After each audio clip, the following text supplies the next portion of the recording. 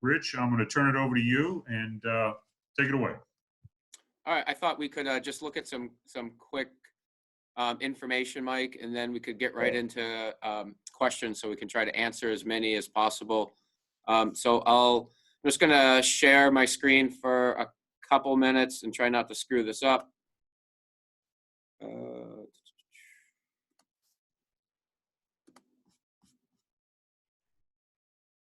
Yep, got it. Just give me 1 second. Slideshow from current. There we go. So this just, I thought it helps to kind of put everything into perspective when you look at the weekly claim numbers that we've been seeing and your sectors have been experiencing to a greater extent than others in the state. So you see where we were right before this started, 642 claims, new claims per week. And then we immediately went up to 29,000 in that following week. And then we sustained that till early April. And then you see that rate of decline that we've been seeing in new claims, which when the numbers come out this Thursday, we'll have a fifth straight week of declining new claims and likely accelerating in a declining fashion faster than the national rate. But the fact that I'm happy about almost 12,000 new claims in a week just demonstrates how how dramatically they've changed as quickly as they have. You see in the bottom green, the number of new claims that we've had over this period in a month and a half exceeds what we saw between all of 2016 and 2019. It's just the tenacity that this has hit and how quickly it's hit is just nothing that anyone could have ever really expected. I'm going to try to get into so some new information that we have that's out there that I want to make sure people are aware of. We can look at this real quick. So this goes to show you with your sectors and how you stack up against everybody else. This is not updated as of yesterday's new claim numbers, but you see, if I spelled things correctly, you'd see food services and drinking places, 56% loss. Accommodation, you're looking at a 52% loss, and how that stacks up with healthcare sectors, retail, and some of the other harder hit sectors that we've experienced.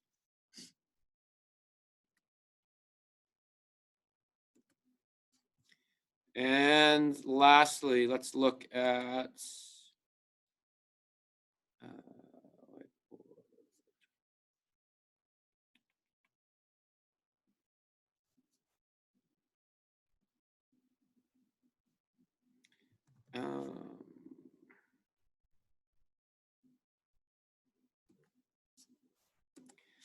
if I go back here. All right, you see the website, Mike? Yes, I am. Okay, so this was our existing website that we had for, ever since I got here a decade ago. Way too much information, too confusing, too cluttered. Not a wartime website, as I was told by Rick Bailey over at Safety, and difficult to change that when you're getting slammed with claims like we have been. But what we've been able to do, last week we launched, and you can access it by clicking this File a Claim for Benefits button. This is also where you still go for Workshare information, as most of your folks know. And we launched a new website that you can see here, much more simple and streamlined. Not only does it answer questions for the people that are filing claims, but I think it provides useful information for employers as well, particularly around when you're trying to evaluate how you're going to try to bring people back right now with the enhanced federal UI payments. Trying to get up more information on this, more timely information, so that people can understand what their limitations are around continuing eligibility for unemployment. And we're also presenting people with tutorials, both a side-by-side screenshot like you see here with narrative step by step so they understand what they're doing. But we also have new videos that are up for how to file a claim, how to file a continued claim. And then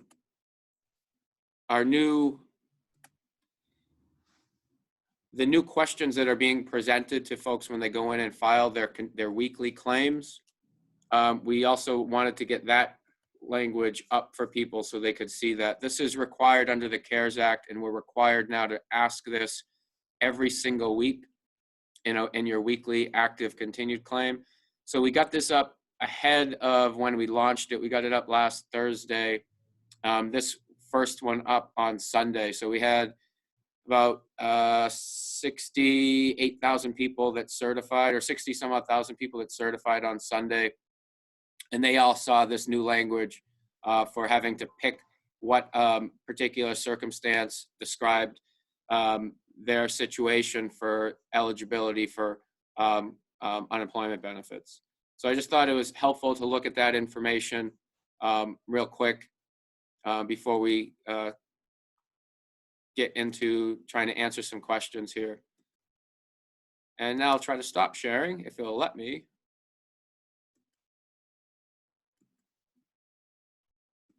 There we go. All right. Enough of that boring you with that stuff. Questions. What I would anticipate folks want to know more about is two scenarios is how does the continued stay-at-home order, how is that, what are the limitations around that and trying to get people back to work?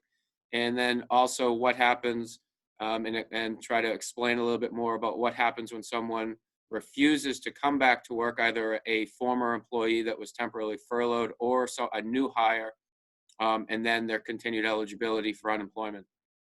The easier of the two is the second question. So right now, what we've received from guidance from the U.S. Department of Labor, as we put up on our website, and we've tried to message it as much as we can, if you refuse an offer of suitable employment, back in the old days, 2 months ago, that was a problem for you for continued eligibility for benefits.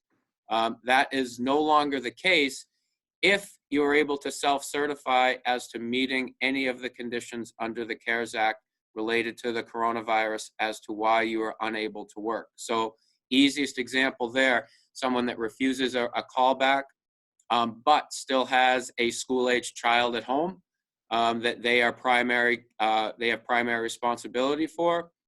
They could continue to certify to that particular item as to meeting eligibility for continuing to receive unemployment benefits.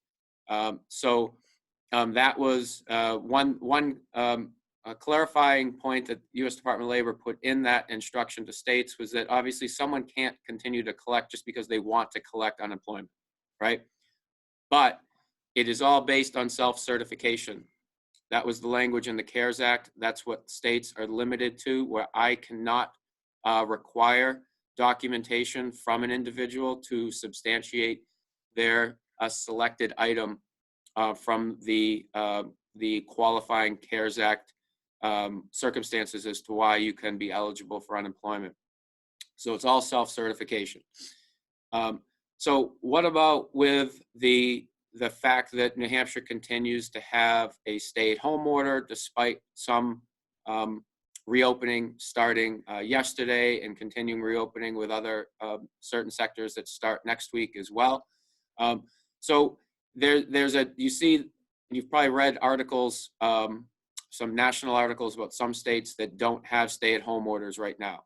And you'll see, I think it's Nebraska, South Dakota, Iowa, some states that I've seen where they don't have stay-at-home orders and they're actually requiring everyone to return to work, and with some penalties for those folks that try to continue to collect benefits if they don't return to work. New Hampshire is in different from those states because we do still continue to have a stay-at-home order. They don't. And the guidance that we've received from U.S. Department of Labor is that if a state has a stay-at-home order, that is a reason why an individual can continue to collect unemployment benefits. So why is that? because the stay-at-home order, its primary purpose is to reduce the spread of COVID-19. And there's an understanding that there are certain financial barriers that might influence behavior of individuals to not follow a stay-at-home order. To the extent someone has access to unemployment benefits, they know that that is an effective tool at making sure that it is a fair choice for the individual and whether or not to return to work or they want to continue in isolation and self-quarantine in compliance with the state's stay-at-home order. So that is one of the selected items on the menu of choices that someone sees on their weekly claim. And that is if you are unable to reach your place of employment because of a stay-at-home order or other governmental order that restricts travel. One thing that people have had a hard time understanding around that is people assume that that meant physical barriers that prevented you from getting to work. That was true under the old disaster unemployment program, where, you know, we're talking down trees, flooded roads, barricades. Those were the type of physical barriers that disaster unemployment had traditionally utilized in what people had thought about when you would think, okay, I can't reach work. There must be a physical barrier in my way to reach work, and that's the only way you can qualify under that. And that's not what's going on here. It's an invisible pandemic, so there aren't going to be physical barriers that are required in order for you not to be able to reach your place of employment. It is governmental restrictions like our stay-at-home order that continue to be in place that are designed to reduce the spread. So the mere fact that you have a stay-at-home order does qualify individuals to continue to select that item and self-certify to that and continue to receive benefits. And the enhanced level of benefits continue through the end of July with that additional $600. So those, I think right now from everything we're seeing, those tend to be the two biggest topics of conversation. So I just wanted to address those right up front, and I'll just turn it over to you guys, Mike. So ask questions you guys have and we'll try to get through all of them. Yeah, so let me give you a couple of questions that I've received already. So in the instance, and again, this goes back to this whole as we phase back into work, right? So as we start to ease restrictions, and now we're going to have employees that they may be back to some level of work, but they're not working necessarily full time. And so folks are struggling with how do we help employees get back to work in a limited capacity and then still allow them to collect some portion of unemployment in order to that their overall household income is still relatively sustainable. So I think that's going to be one of the questions that you're going to hear a lot of. So I guess two components of that. One, the easiest way, in my mind, the easiest way to manage reduced schedules with employees and also get and attract them to come back to work is through the Workshare program. Under Workshare, where you can reduce your employees either groups of two or a group of everybody. You reduce them anywhere from 10 to 50%, 50. They get their wages for the hours worked. They get that percentage of their unemployment benefit, plus they get the $600, right? So you could have them back half time. They get 50% of their unemployment benefit plus the $600. That is, I think, a way that you can more easily try to manage the part-time work with continued eligibility for benefits, and it's more streamlined. I think easier for the employer and the workers to deal with. However, if that's not something that someone is interested in pursuing with a Workshare plan, and they have their folks back part-time work is encouraged by New Hampshire state law and allowed while you're collecting unemployment, right? So you can't work full-time and still collect. That is an automatic disqual, still is an automatic disqual, even under the new federal pandemic program. However, you are allowed to have part-time work and a level of earnings before it impacts your unemployment benefit. So New Hampshire has a 30% disregard. All states have some level of disregard. For instance, Massachusetts has a 20% disregard. Maine has a flat $100 disregard. So the disregard is what we allow the claimant that's filing and collecting unemployment, that's what we allow you to earn as a percentage of your weekly benefit amount before we start to reduce your benefits. So in New Hampshire, say you're getting the maximum weekly benefit amount of $427 a week. You are allowed to earn $128 without any penalty, without any reduction in your weekly benefit amount. So that's 30% of your weekly benefit amount. Every dollar above 30% earned that then reduces your benefit dollar for dollar. So you're allowed to earn up to 130% of your weekly benefit amount. So that person that has $427 a week for a benefit, they can earn anything below $555 a week and still have some benefit, right? But if they earn $555 or above, they don't. And so you can earn all the way up to that 100, right below that 130%, and only have $1 in your base benefit, and you're still going to get the $600 federal payment.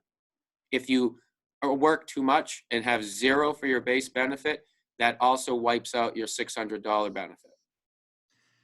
Now, Rich, let me ask you a question. Is there somewhere that businesses can look at the table that I know you guys have that outlines what their benefit amount would be? So, for example, if we know an employee who normally would make, $32,000 a year, then their weekly benefit is going to be X because it's a pretty standardized table. And then based on X, then an employer could, in a spreadsheet, work out what is the max an employee could make and still remain and continue to collect. Yeah, so it's in state law. So it's 282A section 25 has the full table, Mike, and it actually has Say that again for me, Rich. It was 282. So it's RSA 282A section 25. Got it. Thank you. And you'll see the base period earnings together with the corresponding weekly benefit amount. Great. So it goes in ranges of earnings equals, like for instance, to get $427 a week, you have to have earned at least $41,500. Okay, and so you see that in the table. Anything above that still only gets $427 a week, right. And then everything below that, you'll see the corresponding earnings that they equate to the benefit amount. So somebody who was earning, $43,000, they could essentially make, as they come back to work, $554. They would still collect $1 of state unemployment and the $600 federal kicker, which would ultimately probably make these folks at least whole, if not a little better than whole in most cases. Exactly. Yep. Right. Okay. Yeah, that's exactly right. Let me give you another question here. Here's a question that some folks have struggled with too, is folks that are working two jobs. So in our industry, it's not uncommon for somebody to be working two part-time jobs instead of one full-time job. So in this case, the question was, the part-time job is offering to rehire, only offering up to $100 a week. If he takes that job, does he risk losing the entire unemployment benefit? So if the second job is not hiring, well, I guess you answered that question, but I guess the question is, how does Employment Security look at it? So say they go back to work at these two part-time jobs at some level of employment. How does an individual or business help their employee calculate what their threshold should be to make sure that they don't go above whatever the number is to wipe out the Employment Security payment? Yeah, so and probably a high likelihood that the individual that's working two part-time jobs they're going to disqualify themselves based upon reaching a level of full-time employment, right? Right. So,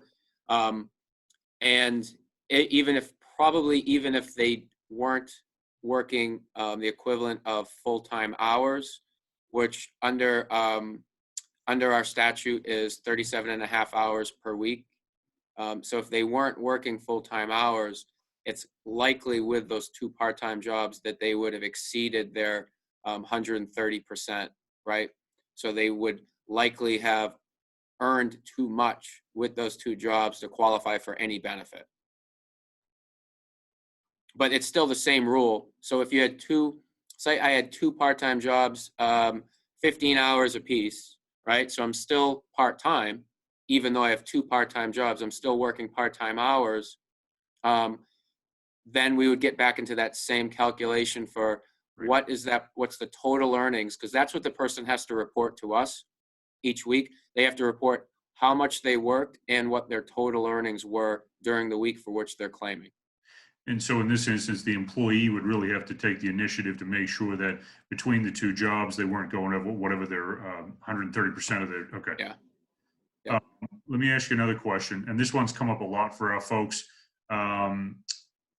Self-employed. We've got a variety of questions, and we could probably go on that all day, but I have heard from a lot of folks in the self-employed, very small businesses, that they applied multiple times and they're either waiting for a determination or rejected. They did the payroll piece and then were rejected again. And so just maybe an update on where all of that is, because I know it got a little complicated with how we were trying to handle it. Yeah, so the process that we're using right now, and there's some complicating factors with self-employment that kind of go back to the fact that historically self-employment and the unemployment program, they don't get along well, right? They self-employed have not been part of the unemployment system. They don't report wages for the most part. So we don't have those earnings in our system to verify against to make sure that the person that's coming in was in fact self-employed and is receiving the appropriate amount for unemployment benefits based on your earnings, like you do when you're in W-2 employment. So the process that we have in place right now for self-employed, when they file, they come in and they're automatically, they're automatically in the federal program, right? The person filing for benefits doesn't know which program they're in for the most part. They file through us.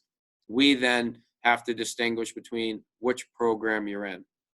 Self-employed have eligibility now under the federal program, okay? So they come in and they automatically qualify right now for the $167 a week rate if they self-certify to being self-employed and that they are not working right now because of one of the COVID-19 related reasons. That's on the weekly certification form.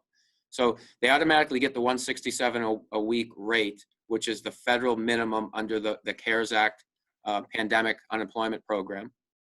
That qualifies them for the $600 as well. We then message to them that, hey, to the extent that you earned more than $16,500 during 2019, you could qualify for a higher weekly benefit rate. So we then ask for them to provide either their 2019 return as filed or their 1099s from 2019. So we ask for that information and then we adjust their rate to whatever their earnings, their documented verified earnings show they should be receiving based on that table we just talked about. Sure. And then we adjust back. So they do receive an initial denial notice, which we have information on our website and we get an email out to them notifying them of that. One of the biggest problems for self-employed is that a lot of self-employed have a mixture of earnings, right? They'll have some W-2 employment and self-employment. I see a lot of full-time self-employed with part-time W-2. The problem for those folks, and there's been a lot of frustration, is the CARES Act requires states before we can put you under the federal program, the federal unemployment program, the state first has to determine whether or not you have state eligibility, okay? So with that individual with a mixture of earnings, W-2 and self-employed, even though in some cases, even though you might still be working your W-2 job, you're not working your self-employed job, right? But if you earned enough in your W-2 job to have a rate for state benefits, right? I have to pay you under the state program, okay, because you're state eligible. And because of that, I can't look at your self-employed earnings. I can only look at your W-2 earnings from, in some cases, was a part-time job. So that's being required by the feds So the frustrating factor for people is, wait a minute, I was getting most of my earnings from my self-employment and I had low earnings from my W-2, and now you're limiting my weekly benefit amount to my W-2. And we have no choice. The feds have said you cannot supplement the earnings where someone qualifies for a state rate. You cannot supplement with the self-employment earnings. So in that case, that person gets a lower weekly benefit amount, but they do still get the $600. Now, can I follow-up question to that? So we've heard from some folks who, for whatever reason, they ended up not taking a distribution out of their LLC for last year. So essentially they showed zero income. And this is especially true for like a bed and breakfast scenario, those kinds of properties. And so the question is, can they, or are they doing something wrong? Can they qualify for any sort of support? Yes, so they would come in at the 167.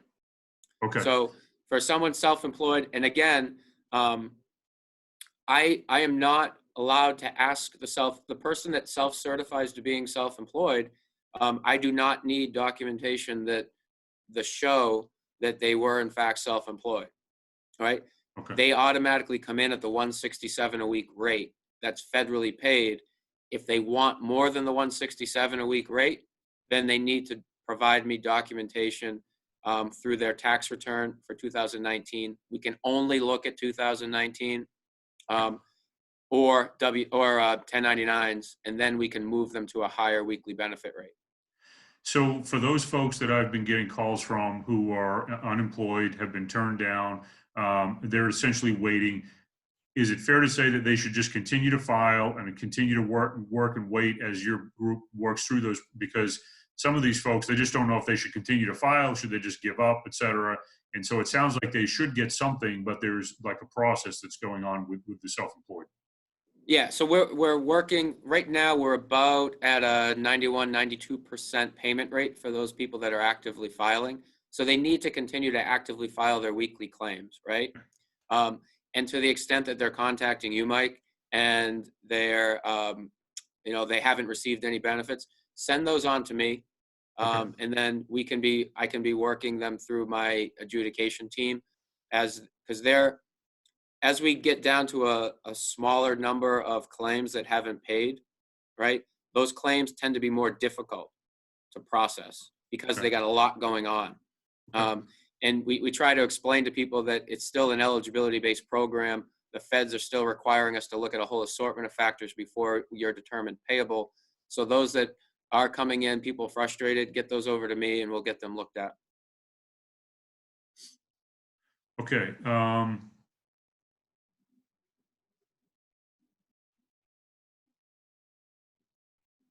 So here's a new one that came in just today, and it has to do with the Workshare program, which I'm going to ask you to talk about Workshare a little bit in just a second. But one of the questions that came in today is, because I have been, as you and I have talked about this a number of times, the Workshare program, I've been touting that as a potential solution for a lot of folks to try to get folks back off the full unemployment rolls and at least in a part-time capacity, et cetera. So we'll talk about the details of that in a second.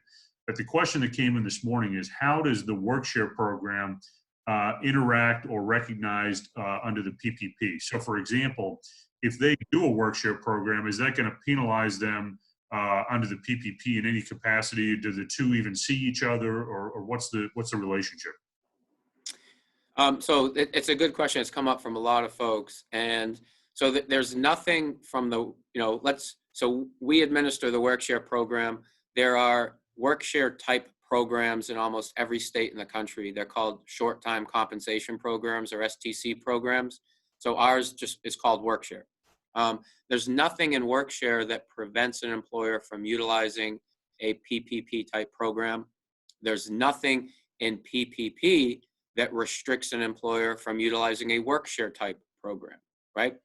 However, you do have your 75% requirement on your PPP program, that you need to use 75% of the loan towards wages in order to qualify for loan forgiveness. So that will then influence how you would structure a Workshare program, because Workshare, you can have a group as small as 2. You could have, your group could be all of your employees, but you need to make sure to structure it in a way that you're going to be able to meet the loan forgiveness requirements under PPP. So that being said, I understand from Rachel Roderick and the SBA that they are still awaiting additional guidance, right? Yes. Under PPP. On their face, these two programs should get along very well. They both have the same purpose. There should be nothing that would restrict one from being able to work nicely with the other. However, I don't know what that guidance is going to say. There's been nothing that's been put out that would suggest that the two can't be used together. But I've been working closely with Taylor Caswell on that. But I guess there is a chance that the guidance could have something further that could create a complication with folks. I don't see that happening, but again, I don't write the guidance. Right. So that's a possibility.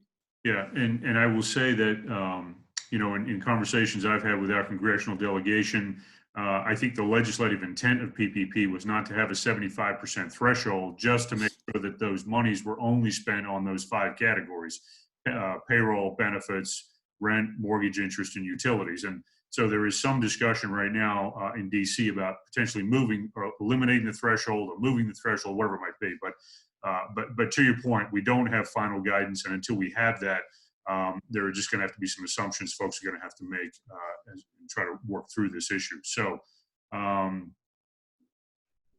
on one second. Let me read this question. All right. So, a couple of questions on this on the self-employed side, and just to clarify, I've got a bunch of questions about which income are you looking at for the self-employed, and it appears to me that if you file as self-employed, they're automatically getting the 167, and you aren't really digging into the details of their income or whether a deposit paid last year counts as income or doesn't count as income. You would qualify for the 167 and the 600 just as filing as self-employed. And the only time that the income would be come into effect is if somebody is pushing back on the 167 and thinks they qualify for the 427 or some higher number. Yep. But other than that, they should at a minimum get 167 plus the $600. Exactly. Okay. Exactly. Okay, that's fantastic. Let me see if I've got other questions. Okay, I think those are the bulk of them. I had another question, Rich, and I lost it. Why don't you talk about Workshare a little bit? Let's talk about qualifications, how somebody files, exactly how it works for their employees, et cetera. I know I've had a lot of one-on-one conversations with a bunch of members. We're actually utilizing the Workshare program here at the association, so quite familiar with it. But why don't you give a quick overview, and I think that will spur additional questions as well. Okay, yeah, so Workshare has been around for the better part of a decade. Prior to the pandemic, it was the main design of it was to help an employer avoid layoffs, right? So we were using it a lot in the aerospace industry after the Boeing 737 MAX had its difficulties, and we wanted to help those employers over in the Seacoast area that are focused on that area of manufacturing to be able to retain their skilled workforce.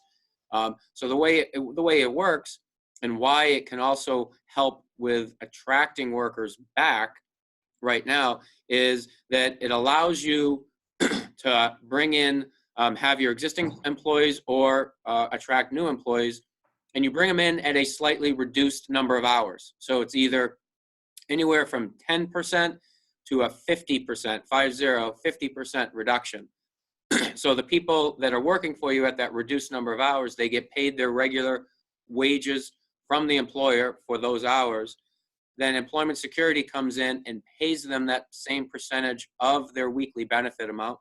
So the person that would have qualified for $427 a week and a weekly benefit amount, they would get that $214 a week as 50% of their unemployment benefit. Plus, they also get the full $600 federal enhancement. And that goes until the end of July. So the wages that they're receiving from the Workshare employer don't count against their unemployment benefit and don't potentially wipe out their unemployment benefit plus the federal enhancement. So that person would get their wages, their 50% of wages, the $214 in their regular unemployment benefit, plus the $600 a week. And what we've been talking with employers and talking with chambers and anyone who will listen is that it's a great way to try to incentivize people to come back to work. Because right now you're going to have a hard time incentivizing people to come back to work because unemployment is competing with employment. Not a very comfortable situation, not a situation that we're used to being in. However, because of what we're dealing with a pandemic, still have a stay-at-home order, unemployment has been an incredibly valuable tool to allow effective quarantining. That was originally why Governor Sununu expanded eligibility before the feds or other states had done it. Was because he saw it as a way to allow people to make a true choice to allow them to comply with the stay-at-home order.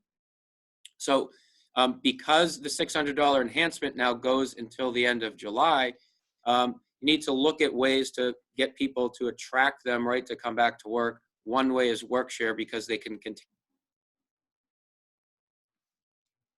Has gone through the process with filing a Workshare plan. That is a fairly easy process. Right now, we've ramped up that section of our department ready to go as we get more and more employers interested in doing it. Right now, we still have we're under 150 employers that are signed up, but it covers over 2,000 workers. The self-interested motivation in trying to get employers to do it is not really self-interested for the department. I care a lot about trust fund solvency, but so do you, because that's your tax rates. And every single dollar of Workshare benefits paid out is paid by the feds. None of it hits the trust fund. So it's a great way to shift that burden away from the state trust fund and onto the federal program. The way we've updated our information on Workshare, when you go to that, go to our homepage, and I'll try to just show that again real quick. Oh, Mike's not letting me share anymore. I understand that. I wouldn't either. But if you go to that homepage I had shown earlier, where there was that big red button, and I think I had shown the button below it was the green button for Workshare. So at nhes.nh, I think I can do it now. Yep, go ahead. And I just needed to go. And while you're doing that, Rich, I'll just add a couple of caveats because again, we went through the process here, and I will say that the process is very simple.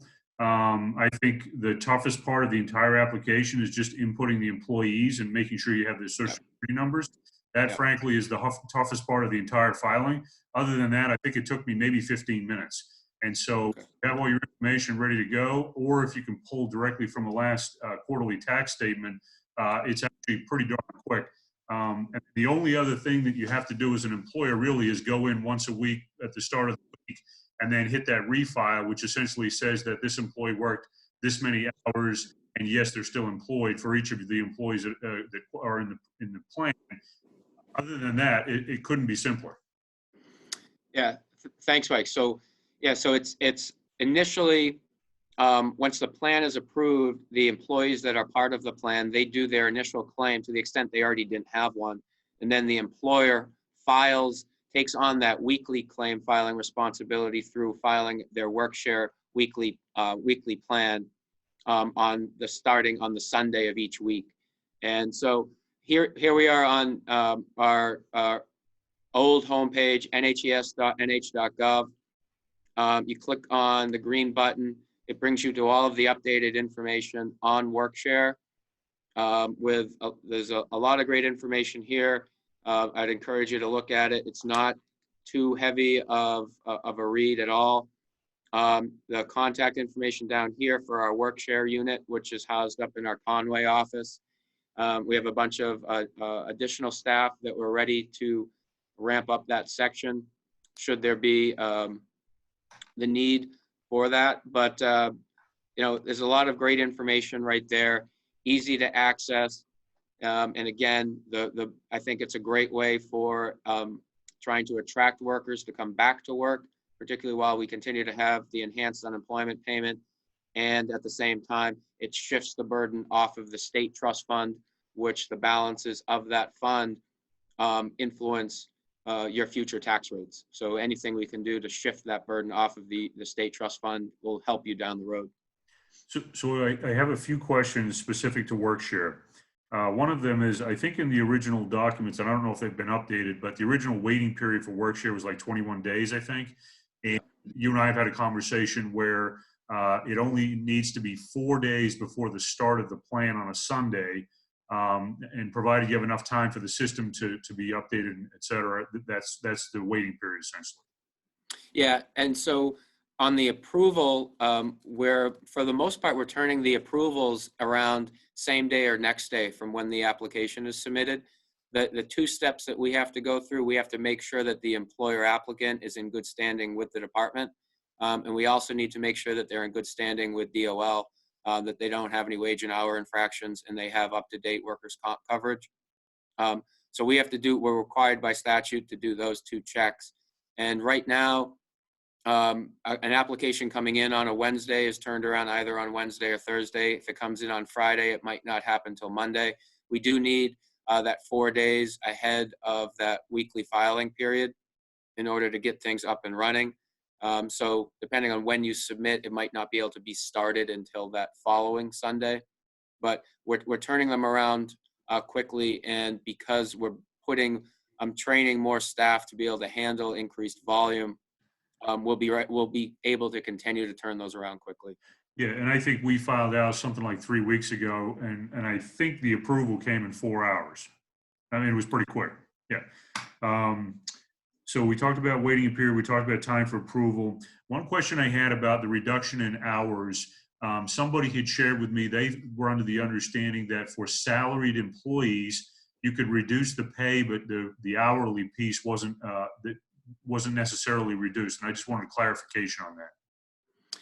Yeah, so, and there have been some questions around, whether salaried employees qualify. So salaried employees, from a Workshare perspective, there's nothing that restrict you from including your salaried employees in the Workshare plan. Now, there are other wage and hour requirements having to do with salaried employees and cutting their hours but not cutting their pay. And what we've advised people to do, to the extent they have in-house counsel or outside counsel, they need to make sure to review that what they're doing with their salaried employees is consistent with US DOL requirements on how they're allowed to treat that salaried employee's time in their earnings. But on the Workshare side, there's nothing that restricts an employer from putting full-time and part-time together or salaried and non-salaried together. So that is fine from our perspective, but they still need to be cognizant of some hang-ups that they could see with US DOL requirements. And then another question that I've had a few times is, can I treat different employees differently?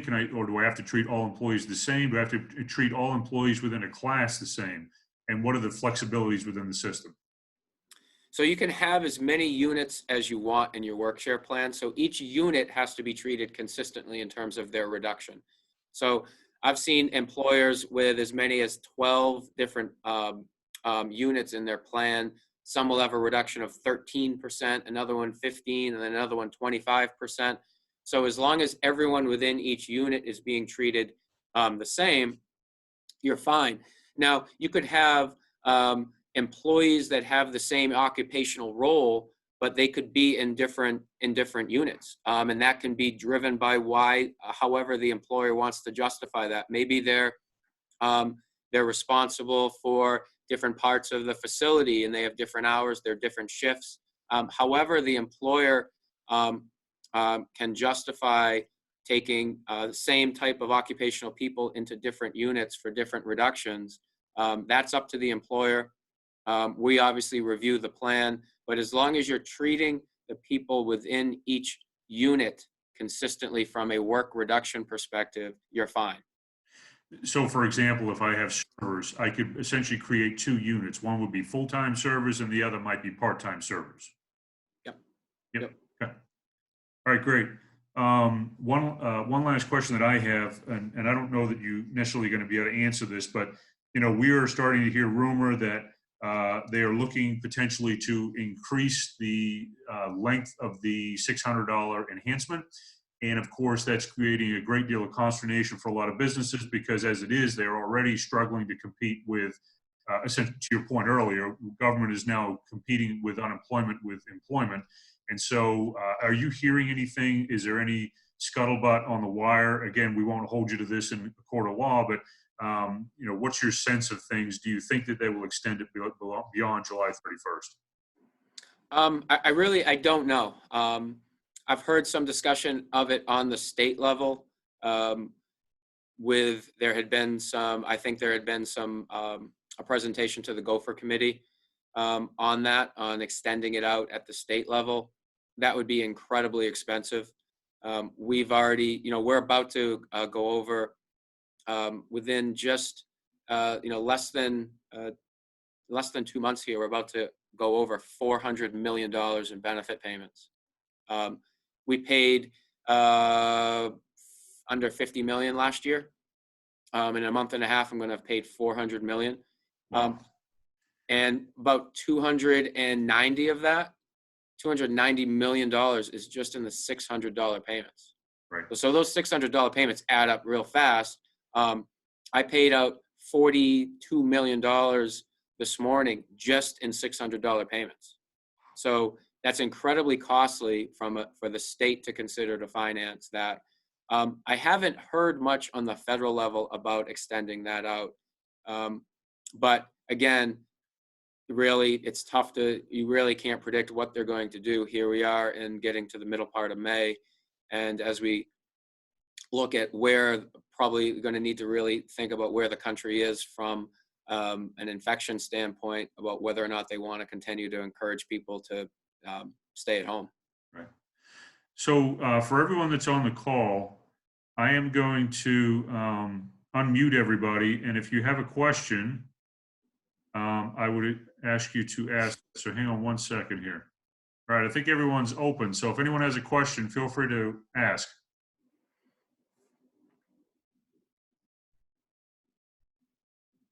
Going once? Going twice. All right, so Rich, I think that's all the questions I have, unless there's any closing remarks you'd like to offer. Obviously, want to thank you for your time. And yeah. Hey, Mike, this is Ron. I do have a question. Okay, go ahead. I'm the self-employed problem for the state. I've sent in my net profit questionnaire, but I've never been asked for my actual tax return. Do I need to send in my tax return? And to who do I send it to? Yeah, Ron, why don't you give me a call I'll give you my number. It's 496-0096. Okay. Why don't you give me a call after this, and I'll get some information from you, and we'll be able to look to see what further we need from you. Okay. I appreciate that. Thank you. And as a follow-up, Rich, to your point earlier, I will put an email out to the membership just asking, if you filed and you have not received anything and you're kind of stuck in limbo, let me know, and I will collect a list for you that I can send that your team can take a look at. So hopefully that will expedite and help that problem. So. Yeah, that would be really helpful. And to the extent you guys feel that continued Zoom chats like this would be helpful as further issues come up, just let me know. I'm more than happy to do it. No, I appreciate that. And I suspect if there is a fourth package, COVID-19 fourth package out of Congress, there will likely be changes, at which point, yes, we will be tapping you as a resource. You can help us work through what those issues are. So, so unless there's any other questions, I'm going to let Rich go. I know he's got a lot on his plate these days. Rich, thank you again, sincerely. And for those folks on the call, this has been recorded, and we will be posting this on the website here at some point, hopefully today or tomorrow. So, Rich, thank you, and I'm sure you and I will be talking very soon. All right. Hey, thanks, Mike. It was good talking with everybody. Thanks a lot.